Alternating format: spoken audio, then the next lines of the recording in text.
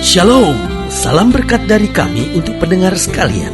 Saat ini pendengar akan diberkati dengan program Hari Ini Harinya Tuhan bagian yang ke-8.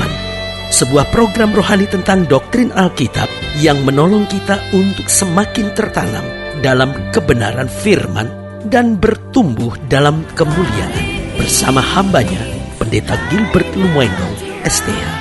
Banyak orang merasa doktrin Alkitab sebagai sesuatu yang membingungkan. Tetapi tahukah saudara bahwa doktrin Alkitab intinya adalah memahami Alkitab dengan benar, dengan pemahaman yang sistematis, sehingga kita terus dapat tertanam di dalam kebenaran firman, sehingga kita terus bertumbuh di dalam kemuliaan Allah. Buka hati saudara sekalian untuk menerima berkat-berkat firman-Nya hari ini. Pada dasarnya Tuhan kita memberi kesempatan bagi mereka orang-orang berdosa. Karena Kristus datang bukan mencari orang yang benar, Kristus datang mencari orang yang berdosa. Karena Alkitab dengan tegas berkata, bukan orang sehat yang memerlukan tabib, tetapi orang sakit. Nah, saudaraku yang kasih dalam Tuhan, berarti Tuhan kita memberikan kesempatan bagi mereka yang berdosa dengan apa? Pada zaman perjanjian lama itu dengan membangun kota perlindungan. Tujuannya apa?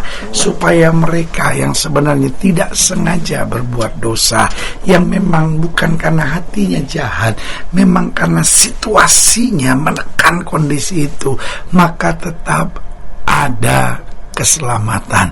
Saudaraku yang kasih dalam Tuhan, Alkitab dengan tegas berkata, bukan kematian orang fasik yang dikendakinya, tetapi pertobatan. Nah, karena itu ada beberapa syarat supaya kita meskipun salah, meskipun berdosa, tetapi tetap masih berhak untuk menerima kota-kota perlindungan. Yang pertama yaitu asal hatinya berbalik dan bertobat. Saudaraku yang kasih dalam Tuhan, kalau sudah salah, ya jangan ngotot. Kalau sudah berdosa, jangan tetap mempertahankan diri. Cepat bertobat, cepat berbalik, karena Tuhan adalah Allah yang Maha Kasih, Maha Pemurah, Maha Pengampun. Asal saja kita berseru kepadanya, Tuhan selalu punya jalan keluar untuk mengampuni dosa-dosa kita. Yang kedua, saya pelajari Tuhan bangun kota-kota perlindungan untuk kesempatan keselamatan buat kita. Asal saja kita mau berubah dari segala kejahatan. Jangan cuma bertobat, berbalik untuk sementara, ya kemudian berdosa lagi. Ada banyak orang kan begitu, menghamili anak orang, wah sampai mau dipenjarain, sampai ribut besar, wah bertobat, ampun. Lalu kemudian kembali lagi. Orang yang hidup dengan narkoba juga gitu, ketangkap masuk penjara, ampun, tobat, gak buat lagi. Tapi 2 tahun kemudian kembali lagi. Orang yang hidup dengan homoseksual, lesbianism, lalu kena penyakit menular, wah ampun, gak lagi. 1 tahun kemudian kembali lagi. Saudaraku yang kasih dalam Tuhan, ini yang saya mau bilang. Ada banyak orang bertobat, berbalik, tapi tidak berubah dari segala kejahatannya. Ini kan namanya munafik, saudara-saudara. Tuhan memberi kesempatan yang pertama bagi mereka yang mau berbalik dan bertobat. Yang kedua bagi mereka yang mau berubah dari segala kejahatannya. Yang ketiga buat mereka yang memang tidak berniat untuk mempermainkan Tuhan. Dia memang jatuh di dalam dosa.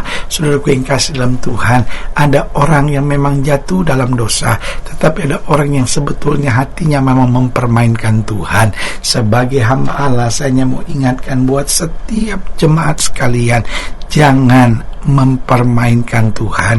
Karena kalau kita jatuh dalam dosa, seberapa dalam pun kita jatuh, Tuhan masih bisa mengangkat kita. Tetapi kalau kita mempermainkan Tuhan, berlaku firman, jangan kamu sesat. Allah tidak membiarkan dirinya dipermainkan. Dan yang keempat, siapa yang berhak untuk mendapat perlindungan di kota-kota perlindungan? Yaitu mereka yang selalu mau kembali ke jalan Tuhan. Dia tahu bahwa jalan dosa, jalan dunia, jalan keserakahan hanyalah jalan yang menyenangkan sementara, tapi kemudian menghancurkan selama-lamanya. Tapi jalan Tuhan itu awalnya mungkin keras, jalannya penuh tantangan, tetapi akhirnya penuh dengan kemuliaan dan sukacita. Haleluya. Selamat datang dalam program kita hari ini, harinya Tuhan, sebuah program rohani yang kembali mengingatkan kepada kita betapa pentingnya kita menjadikan firman Tuhan sebagai dasar keseharian hidup kita. Karena selama kita jadikan firman Tuhan sebagai dasar keseharian hidup kita, langkah-langkah ke depan kita penuh dengan kepastian, kemenangan, berkat, mujizat, dan perkara-perkara besar. Haleluya. Dan dalam program ini kita sedang bicara tentang Yesus adalah kota perlindungan kita, karena memang Kristus datang untuk memberikan pengampunan, kesempatan, dan kekuatan bagi mereka yang berdosa untuk menerima anugerah yang sempurna, yaitu keselamatan. Haleluya. Nah, sudah gue yang kasih dalam Tuhan, dalam pembahasan tentang Yesus kota perlindungan kita mau sama-sama belajar dari Ulangan 19 ayat yang pertama, Ulangan 19 ayat 1 sampai ayatnya yang ke-13. Ulangan 19 ayat 1 sampai 13, demikian firman Tuhan di bawah judul perikop kota-kota perlindungan. Apabila Tuhan Allahmu sudah melenyapkan bangsa-bangsa yang negerinya diberikan kepadamu oleh Tuhan Allahmu, dan engkau sudah menduduki daerah mereka dan diam di kota-kota dan rumah-rumah mereka, maka engkau harus mengkhususkan 3 kota di dalam negeri yang diberikan Tuhan Allahmu kepadamu untuk diduduki. Engkau harus menetapkan jauhnya jalan dan membagi dalam 3 bagian wilayah negeri yang diberikan Tuhan Allahmu untuk dimiliki olehmu, supaya setiap pembunuh dapat melarikan diri ke sana. Inilah ketentuan mengenai pembunuh yang melarikan diri ke sana dan boleh tinggal hidup apabila ia membunuh sesamanya manusia dengan tidak sengaja dan dengan tidak membenci dia sebelumnya. Misalnya, apabila seorang pergi ke hutan dengan temannya untuk membelah kayu, ketika tangannya mengayunkan kapak untuk menebang pohon kayu, mata kapak terlucur dari gagangnya, lalu mengenai temannya sehingga mati, maka ia boleh melarikan diri ke salah satu kota itu dan tinggal hidup. Maksudnya supaya jangan penuntut tebusan darah sementara hatinya panas dapat mengejar pembunuh itu, karena jauhnya perjalanan menangkapnya dan membunuhnya. Padahal pembunuh itu tidak patut mendapat hukuman mati, karena ia tidak membenci dia sebelumnya. Itulah sebabnya aku memberi perintah kepadamu demikian: 3 kota haruslah kau khususkan.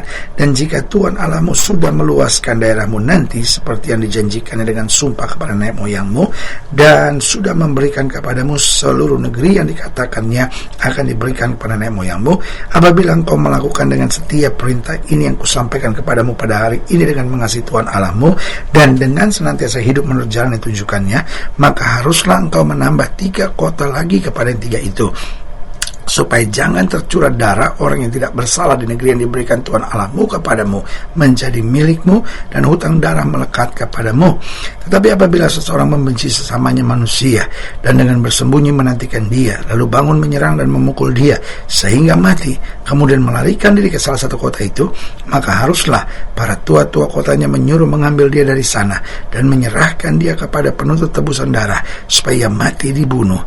Jangan engkau merasa sayang kepadanya. Demikianlah harus kau hapuskan darah orang yang tidak bersalah dari antara orang Israel, supaya baik keadaanmu. Nah, saudaraku yang kekasih dalam Tuhan, kita bisa melihat bahwa ayat ini merupakan nubuatan tentang Yesus di dalam perjanjian baru sebagai kota perlindungan kita.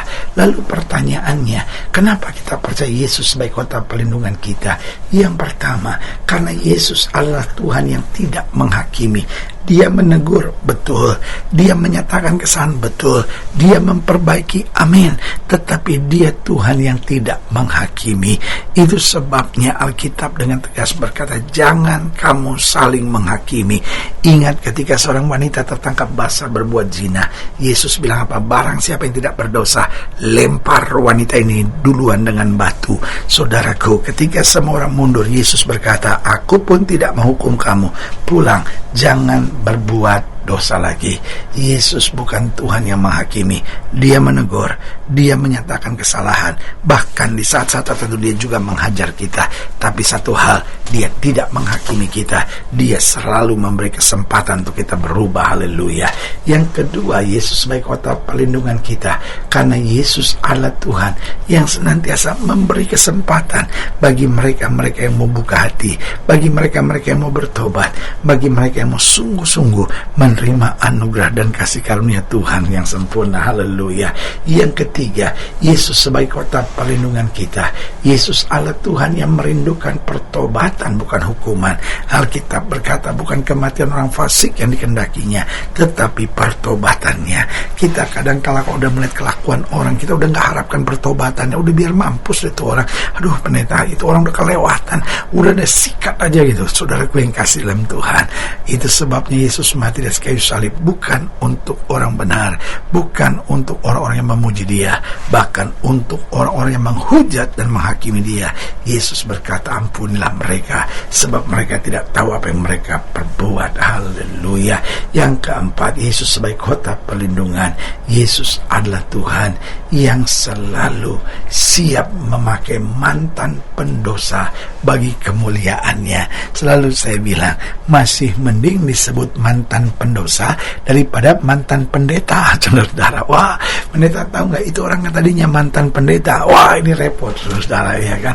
Mantan pendosa artinya tadinya berdosa, sekarang benar. Repotnya adalah mantan pendeta dan mantan orang benar. Ini kacau, saudara. Makanya saya pelajari Yesus adalah kota perlindungan kita, karena Dia Tuhan yang siap memakai mantan pendosa bagi kemuliaannya. Dan akhirnya yang kelima, Yesus sebagai kota perlindungan kita, karena Yesus adalah Tuhan yang tidak memendam kesalahan dan masa lalu kita. Dia Tuhan yang mengampuni, Dia Tuhan yang membebaskan, dan Dia Tuhan yang menyediakan hari depan yang penuh harapan buat kita. Haleluya. Saudara yang kasih dalam Tuhan, jika saudara nilainya lebih jauh, hubungi kami melalui telepon, hubungi kami melalui surat, kunjungi website kami, karena kami ada untuk membawa Bapak Ibu saudara senantiasa lebih dekat pada Tuhan dan mengalami kasih kuasa mujizat yang luar biasa. Haleluya. Secara khusus melalui program ini juga saya mau berdoa buat siapa yang sakit, siapa yang berbeban berat, karena saya percaya bahwa bagi Allah tidak ada perkara yang mustahil. Nah, saudara yang didoakan secara khusus, boleh taruh tangan kanan saudara di dada dan kita akan berdoa. Mari kita berdoa. Bapa, dalam nama Yesus, hamba doa buat yang sakit, hamba doa buat yang berbeban berat, hamba doa untuk setiap mereka sedang menghadapi masa-masa yang sukar, karena hamba percaya bahwa bagi Allah tidak ada perkara yang mustahil. Bapa, hamba berdoa di dalam nama Yesus, Tuhan jamah yang sakit, Tuhan sembuhkan, yang lemah Tuhan kuatkan, yang susah Tuhan hiburkan, bahkan mereka yang taruh tangan kanannya di dada, sehingga kami menerima perlindungan, kami menerima kekuatan, kami menerima damai sejahtera yang sempurna. Di dalam nama Yesus kami berdoa. Haleluya. Amin. Saudara gue yang kasih dalam Tuhan, kita sudah berdoa. Ingat, Allah tidak pernah lalai menepati janjinya. Ini saatnya buat kita untuk bangkit bersemangat, bersuka cita dalam menghadapi segala perkara, karena kita tahu Yesus hidup, Yesus berkuasa dan selalu mengajarkan terbaik buat anak-anaknya. Doa saya menyertai saudara. Sampai berjumpa pada program berikut, dan jangan lupa jadikan hari ini harinya Tuhan.